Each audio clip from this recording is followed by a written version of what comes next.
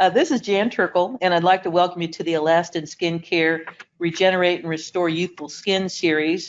Series 2 tonight is eye opening, and obviously we'll be talking a little bit about the area around the eyes. Rom Narducci from Alastin will be our presenter. For those of you that didn't get to listen to Rom last week, I think you'll find him to be engaging and a very knowledgeable resource. He has been in the world of skincare as an esthetician in dermatology practice, as a manager, and certainly well versed in some of the big companies of skincare over the past 20 years. And he has been very vital, I think, to Alastin over the time that he has been there. I think he's been there basically since they started the company, at least in terms of selling to physician practices. So without further ado, I'd like to invite you to listen to Rom. Well, thank you so much for that wonderful introduction, Dr. Turkle. I greatly appreciate it. So tonight I will be taking you through some of the benefits to using eye creams, and then Dr. Turkle is also going to present on some of the other options that are available to treat that delicate area around the eye. So first I'm going to go through our presentation, and then I'm going to flip to you seeing me again. So when we're treating the eye area, it is a lot of times something that people ask me, why do we need an eye cream? Why can't I put my moisturizer around my eye? Is it really something that is that different? And it is. So here is the reason why. If we look at this, the photos that I chose here are photos that actually cannot be treated with an eye cream. So I think there's a lot of misconceptions and a lot of false claims when it comes to using eye cream or when eye cream is being recommended. So we do need eye creams. The main reason is that skin around our eyes is 4 times thinner than any part of our body. So not only is it very thin skin, but when we rub our eyes, when we apply makeup, when we do things like that, we move the tissue, and that can sometimes damage the collagen and elastin fibers. Also too, sometimes a lot of people don't use an SPF around the eye or on the eyelid itself, because that can be irritating depending on which SPF you're going to use. So I want to give you the proper reasons why to use an eye cream. So not only is the thin skinner, so we want to protect that skin and we want to really build up the collagen and elastin in that area. But not only that, there's not a lot of sebaceous activity or not a lot of oil production in the area, so it does tend to dehydrate as well. So we want to keep that area hydrated. So the number one reason that we want to make sure that we're using an eye cream is to make sure that that eye stays youthful. Ages, almost 40% faster than the skin on our face. And again, that is due to rapid eye movement with a lot of blinking, also very, very skin thin, and then also that dehydration component. But there are a lot of eye creams on the market that say, oh, we'll take away your dark circles, we'll take away your puffiness, it's topical Botox in a bottle. And that's really all false claims. So if we look at these 3 photos here on the bottom, these dark circles, so dark circles can be attributed to 2 things. One would be hereditary. So if your family member, say your mother or your father or your grandmother or your grandfather, they had perpetual dark circles and you have those as well, or a lot of your other family members do, an eye cream will again help to build up the collagen and elastin in that area, but it's really not going to probably take away a lot of that pigment because that pigment is hereditary. So if you do have that sort of pigment in the under eye area, it is still beneficial to use an eye cream, but I want you to have the idea that it's probably not going to take away the dark circles as sometimes it can claim to do. The other reason we have dark circles is due to lack of dehydration, sleep, too much alcohol, things like that can attribute to that. And that's really just a pooling of the white blood cells. And that skin is so thin there that it does give the appearance of dark circles. So eye creams, especially ours, the restorative eye treatment with Trihex technology, can help to move out some of that lymphatic fluid and give a nicer appearance to the under eye as far as dark circles are concerned.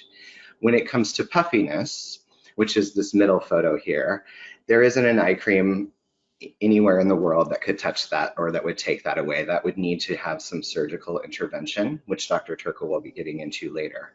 But if you do have some mild puffiness, say it's seasonal allergies or you watched a really sad movie the night before or something like that, this will help. It does have ingredients that will help to take away minor puffiness, but this puffiness here, what we're looking at is more likely due to a fat pad that has kind of migrated down.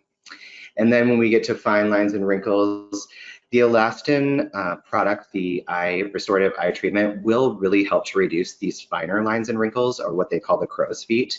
But if you have extremely deep wrinkles here, the combination of using our eye cream with a neuromodulator or a neurotoxin, such as Botox, Xeomin, or Dysport, that can help to relax those as well. But I think what we really want to concentrate is there are a lot of treatments to do around the eye to keep it very youthful, but the main thing that you can do on a daily basis is to use an eye cream twice a day.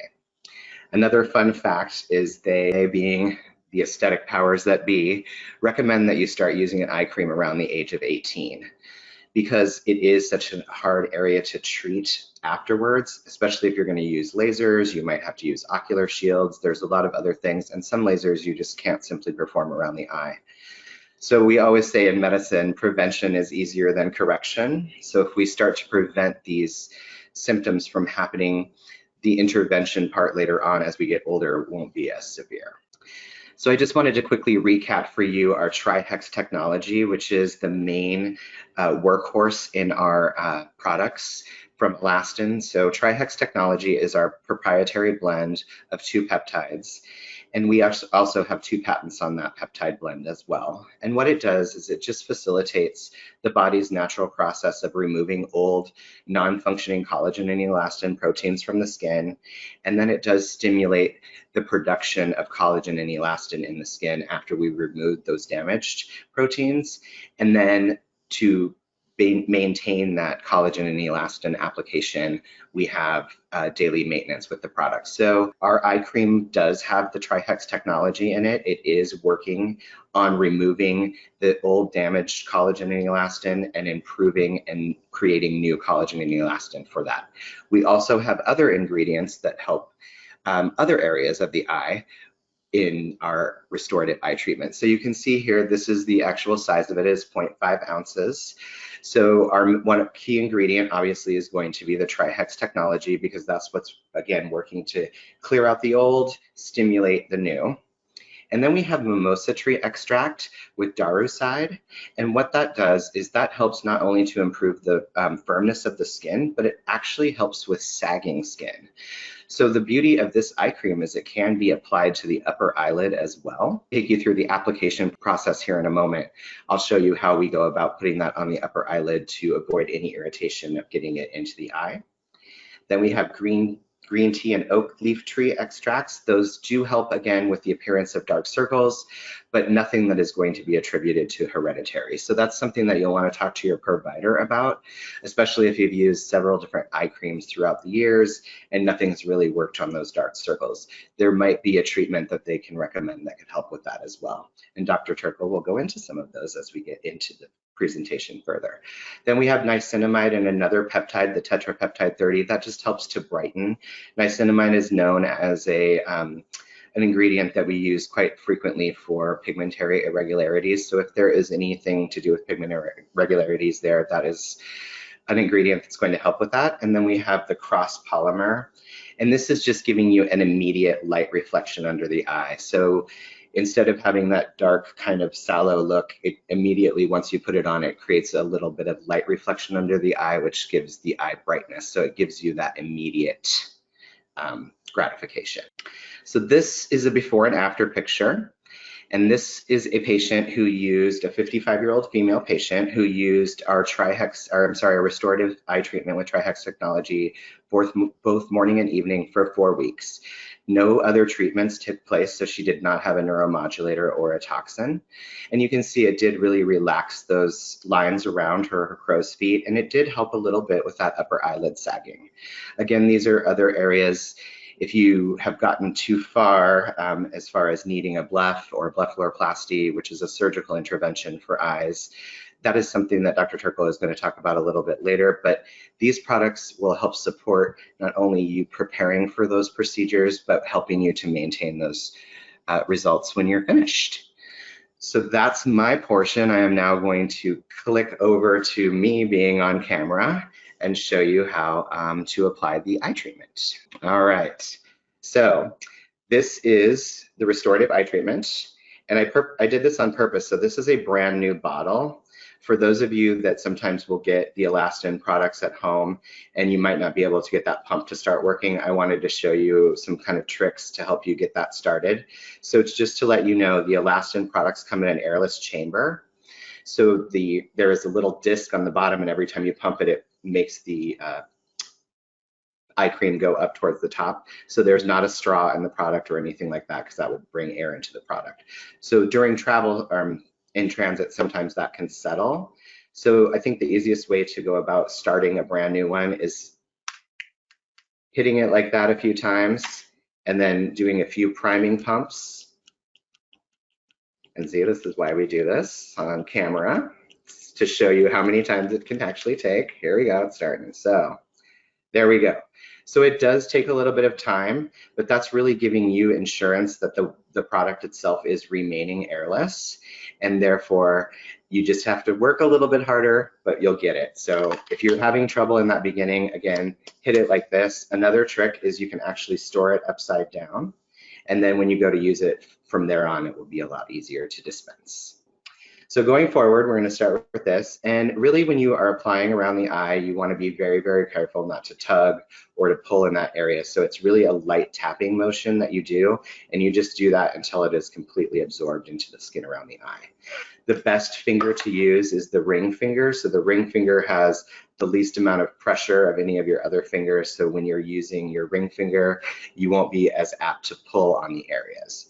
So what I do is I take one pump, and that is about the size of a grain of rice. And that is enough for both eyes. So I apply it directly to my ring finger. Then I take my other ring finger and I kind of evenly split it apart. And then I start right here in the crow's feet and I tap. And then I start here on the brow bone and tap. So you can see I'm not pulling the skin at all. All I'm doing is tapping, and the product is completely applied. And that is all it takes. So twice a day, really very light, using your ring finger, and it's as easy as that. Twice a day, make sure you're getting it on your upper lid. If you are going to apply makeup, give it a few minutes to dry, but it is really middle of the road when it comes to thickness. So it's very nice. I've had a lot of women tell me that it doesn't create creases or settling when they put on eyeshadow or under eye concealer, like some of the heavier eye creams do, but it does give them enough hydration throughout the day. So I'm going to flip back to my screen, and I'm going to turn it over to Dr. Turkle, and we're going to talk about some procedures that you can do at Turkle & Associates and Phases to help you look even better in the under eye area. So give me just 1 second. All right, Dr. Turkle, I will let you take it away. Hello, this is Jan Turkle, and Rom, thank you so much for that. I want to just click through a couple of slides, because I think that while I believe that skincare is really the fundamental thing that everyone should do, every once in a while we'll have an issue that skincare alone won't fix. And Rom, I think you can just go ahead and advance the slide, and I'll kind of talk about these. This is an example of an eyelid surgery called a blepharoplasty. And I think that while eye cream would be very helpful in this young lady's situation, if you look, there's just too much upper lid skin. And it's always amazing to me, it's a fairly simple, straightforward surgery where you're removing just a small amount of skin. It takes a very short period of time to accomplish, and yet you can really make a very significant difference in somebody's appearance. I'll let you go ahead and just advance to the next slide. And I think this is the same lady in a little different view. and then we'll go ahead, and I think we've got a couple more people. This lady is absolutely the same lady, but it's just amazing sometimes what removing a little extra skin can do in terms of making you look, I don't know, more approachable, less tired, maybe sometimes less angry. If you want to go ahead and advance, yet another example, again, and it's not necessarily something that is for people that are extremely old. I think, we all age differently, and some people have hereditarily accumulated excess skin at a fairly young age. And so sometimes doing these procedures in people in their 40s or even occasionally younger is not completely unheard of. I'll have you go ahead and move along a little bit there with the next one. And again, same lady, a little different view. And then the other thing that we get a lot of requests for is the area under the eye. We have an orbital bone. If you're looking at a skeleton, where the eyes are, that big open area is where there's a lot of structures in there, including the eye itself, but a lot of tissue around it. And if you look where he's pointing with the cursor, if you can there, you can see just right along what would be her orbital rim is very dark. And sometimes on a photo, it's kind of hard to tell, but if you could see her in person, it's somewhat sunken in. And simply using an injectable filler, no surgery, nothing else, that really makes a substantial difference, and you can make that transformation literally in minutes. Obviously, when you're injecting a filler in this area, I have to go on record as saying it is at this point considered an off-label treatment because most of the fillers are not labeled for that use particularly, but certainly in a practitioner that's done a lot of that and knows their anatomy in the area, you can really make a tremendous difference. I think we've got another couple of pictures that kind of depict this. Again, sometimes you have to see these folks in person because I think, sometimes if you look at the picture on your left, you might say, well, that is a little fat pad, it needs a blepharoplasty. But if you could see her in person, there really isn't any bulging fat. It's more of a sunken area beneath it. And once again, our soft tissue fillers, in this case, a hyaluronic acid product, did a great job of helping to build that back up.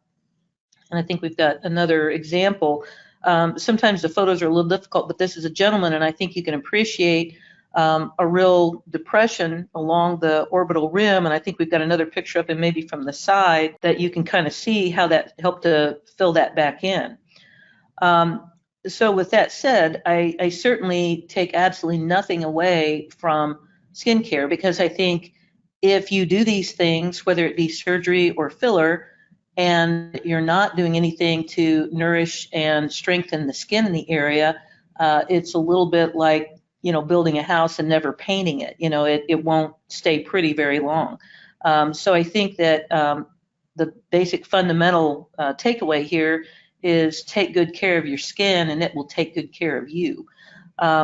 If you want to go ahead and move on, I think at this point maybe some questions, if that's appropriate. I've got a couple that came through and one that I just kind of wanted to ask.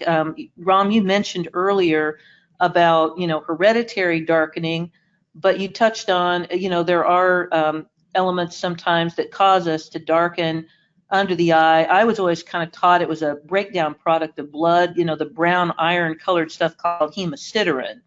Yes. And is it true that the Alastin eye cream actually kind of helps to chelate and pull that out? That is correct. So we have ingredients in there that are going to help remove that iron pigmentation as well, which also brings me to another great point that you're coming about. So when we were talking about the interventions, we do have products that help to support that as well. So the regenerating skin nectar, which we talked about last week, if you have decided and spoken with Dr. Turkle about getting a blepharoplasty or upper eyelid or lower eyelid surgery, this would be a good product to use around the eye, and you would use it in the same fashion as the eye cream. And that would really help to strengthen the skin before, and then it would really help with your aftercare. And then we have another product, and this one is also really good for pulling out the iron as well. This is our newest product that we launched in I guess, February of this year. It's called Enhance, and it's a post-injection serum that helps with swelling and bruising. So this can also be used if you're doing filler under the eye, and it can be also used in conjunction with the regenerating skin nectar if you have had a blepharoplasty and have any bruising or swelling after that. One of the participants asked, if I'm already using your restorative eye cream, or excuse me, not the restorative eye cream, the restorative skin complex or nectar, why can't I just use that on the eyelids and save getting a product? That's a very great question. So eye creams are formulated with smaller molecules because that skin is more delicate. And we also want to have more, what's the word I'm looking for? Less sensitizing ingredients. So a lot of the things that we're using around the eye were developed to be used around the eye, whereas some of the products that we're using on our face, especially retinols and things like that, it's going to be too irritating. And when you get irritation, you get inflammation. And then inflammation can lead to rubbing your eyes, irritation, breaking down collagen and elastin. So we want to have something that is formulated specifically for that delicate area. For those that have sensitive eyes, and that's not an uncommon thing, especially here at this time of year when all the trees are in bloom and a lot of allergies are kind of kicking up. Is it safe to use an eye cream? Yes, but the thing, this is what happens to most people. So when you put a product onto your skin, it will heat up to your body temperature, which will help the product migrate, if you will.